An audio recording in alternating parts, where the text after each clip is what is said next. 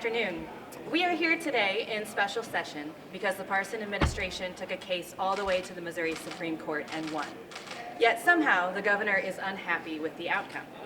It's understandable when the loser of a lawsuit is upset, but you don't often see the winning side work to undo its own victory. It makes no sense. It makes no sense to waste tens of thousands of dollars of taxpayer dollars because you don't like the outcome that was in your favor.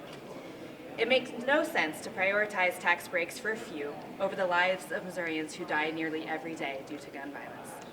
It makes no sense for the administration to continue to insist everything is fine with the state's Medicaid system, and we continue to hear story after story from working Missourians with life-threatening conditions who, without any explanation, suddenly lost their health care coverage.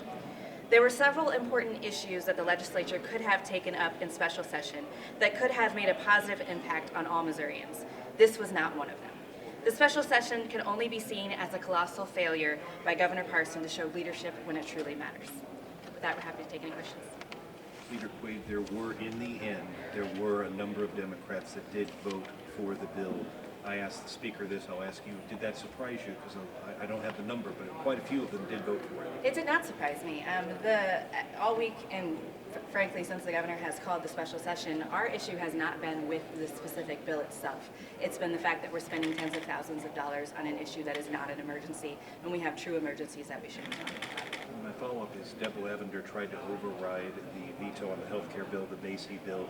She pointed out 8 hospitals in rural Missouri have closed. Your thoughts on that?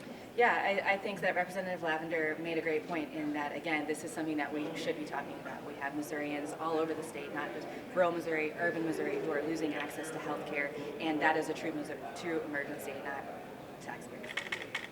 The Speaker just sounded a warning, though, about expanding Medicaid, the petition going around, put on the ballot, saying it's going to blow a hole. If it's approved, it will blow a hole in the school budget and other funding. Is that a concern for you? It's not at all. In fact, there's a lot of data that shows that we will actually be garnering money from this situation. The federal government, for many years, we could have gotten even more money, but every fiscal hawk that you look at, the economists who are showing the Missouri Budget Project, a lot of organizations are showing that we are not going to be losing money from this. The Speaker made the comment that he's working with some of the members of his caucus on potential firearm legislation for the next session. Have any members of your caucus been included in those discussions that you're aware of? Not specific legislation with the Speaker.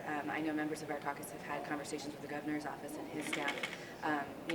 We've been pushing legislation for many years in a array of front, so I'm happy to hear that. I am interested to see what issues they want to focus on. But as we've been saying for a while now, we can't wait till January for this, and it's pretty frustrating for us that we've gone through this week with no conversation around this matter. And I'll say we would welcome those opportunities from the Speaker to work on such legislation. Do any of your proposals that you know of have bipartisan support, or are they all just non-starters in the caucus? Well, I will defer to Representative Pearson, but I will say up front that I know that the governor has spoken publicly about red flag laws as well as universal background checks. And so, with his background as being a sheriff, he has been vocal about those things. So I'm hopeful that he will use his leadership and put some pressure on his caucus to have those conversations with us. But Representative Pearson may have. There were many bills filed from the Democratic side, even during this particular special session. So I think that there is a good understanding of what some of our priorities are. And so I'm hoping that the Speaker will kind of look at that, see that, and work together so that when we come back in January, we're moving forward. Thank you all so much for your time. Thank you. And I